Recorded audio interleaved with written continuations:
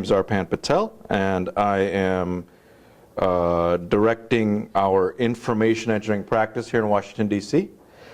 And I'm going to talk a little bit about the administration's IT vision, the technologies we're working with, as well as developing on how to address that. So with that, I'll just go right into it. Some of you may have seen this first slide before from our dear friend and partner, Steve Arnold, but it's as relevant as always, which is there is an information gap.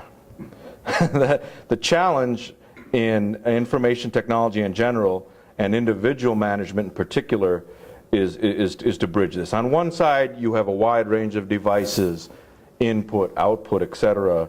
On the other side, you have large businesses, government departments, agencies.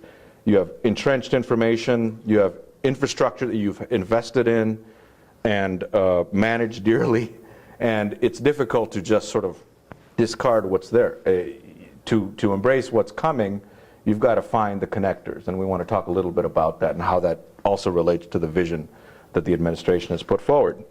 And basically, you've probably seen these 5 points put forth by the federal CIO. And open and transparent government, we've all heard a lot about that. Lowering the cost of government, cybersecurity, a participatory democracy, and innovation. However, I'm going to focus on 2, 4, and 5 today, simply because when it comes to IT, that's the areas we sort of want to address the most. 3 is a challenge, but frankly, it's a given. There's no compromise on that. You have to have cybersecurity. And frankly, number 1 is much more involved than what IT can tackle alone. It starts with policy and philosophy, and without policy and philosophy in line, mere systems just can't abide. So I think you can appreciate that that's a little bit bigger challenge that we can address in bits and pieces, but it's a nationwide effort of a lot of folks. Now, let's talk about number 2 a little bit, cost. And I want to focus on what Google has developed as far as an infrastructure is concerned, simply because we've had a lot of one-on-one conversation with some of you, et cetera. We've been talking about what they've built, the investment they've put forward on their dime, frankly, and it's something that's being made increasingly available to different people, whether it's enterprises, developers, individuals, you name it. And so what we're talking about here is this Googleplex. I won't get too deeply into it, but the takeaways are, plug and play, depending on what aspect you're coming into, whether it's data input or output, how do you go into it? How do you tap the cloud, if you will? And it makes it possible for them to deliver products and services of their own at a low cost, incremental cost. You just need to add developer time. It's not a question of new infrastructure investment. The same goes for when they make their tools available to everyone else. You can tap in. Your marginal cost is much lower when you're leveraging this existing infrastructure. And of course, everybody's talking about the cloud, including the federal CIO. The interesting quote, if you will, from the federal CIOs: cloud computing is the next generation of IT in which data and applications will be housed centrally and accessible anywhere and anytime by various devices.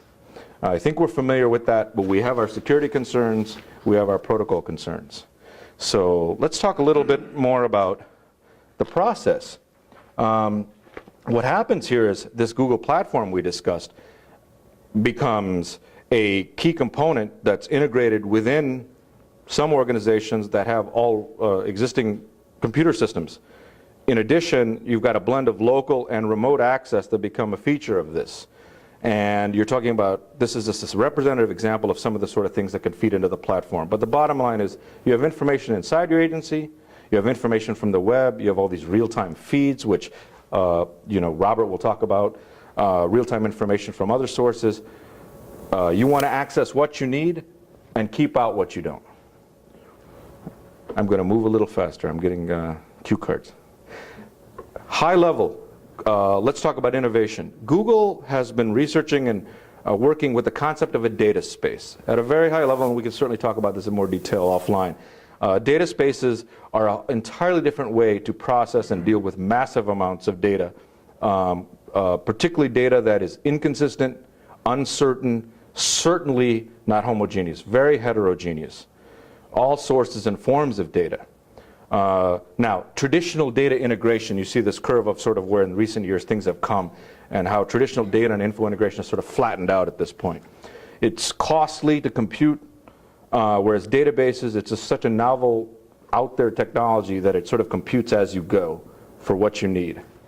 And they capture much broader relationships among data than traditional semantic mapping does.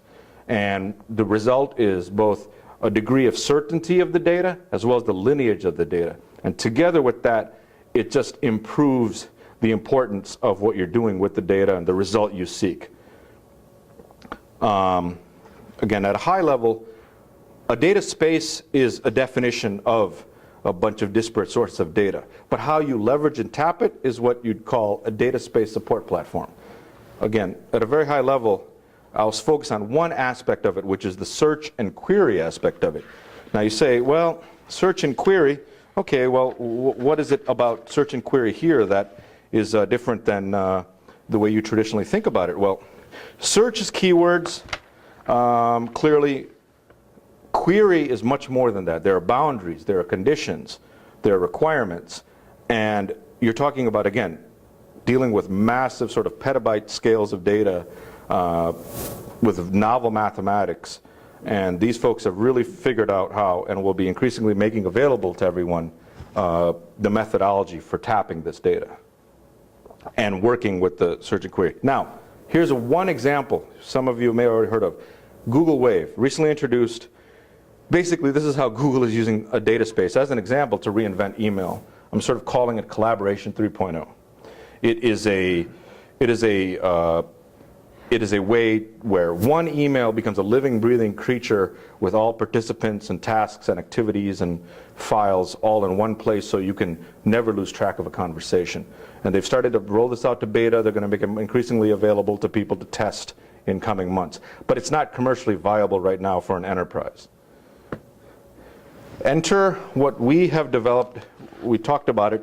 This is a good representative example of what I'd say is an airlock between what's out there, what's coming, and your existing infrastructure, what you have today. And we call it Ripley because a ripple being a precursor to a wave. What is it? It is, as I discussed before, a database support platform. It facilitates real-time info management collaboration. So you're talking about email, search, data, wave, and I'll give a little more tangible example in a second. But let's talk about those three areas that we decided to focus on as far as the federal vision. Number one, cost. This addresses that. Use your existing systems and software. You don't have to throw it out. And I'll show an example of that in a second. Participation enables next level collaboration.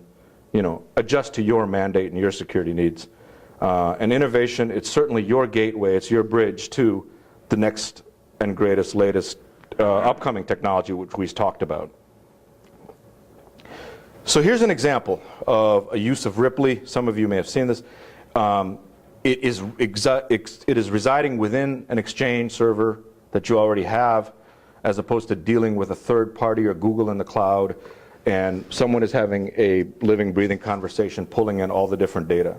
And frankly, where does this go beyond email? Email, people forget that email systems in an organization have twice as amount, if not more, data than just your internet does. But it's invisible to traditional search systems. So what we do, and we obviously work with the Google Search Appliance to this end, we solve that problem. We can query your organization's email, internet, as well as what you need from the outside web. And so it's secure, and it's on a need-to-know basis. So, you can manage your existing protocols and who needs to access what and who doesn't need to access what. So, again, we think that the technology we're bringing forward, working with the latest from Google, which you'll hear a little bit about later, as well as some of the proprietary products we're developing and making sure they work in your existing environment, bridges that gap. In summary, I would say smart organizations need not fear that wave. they should be prepared to write it. And of course, I've been given a very short time format, so we're happy to talk at length about the details of all this. There's a lot behind it. But thank you very much.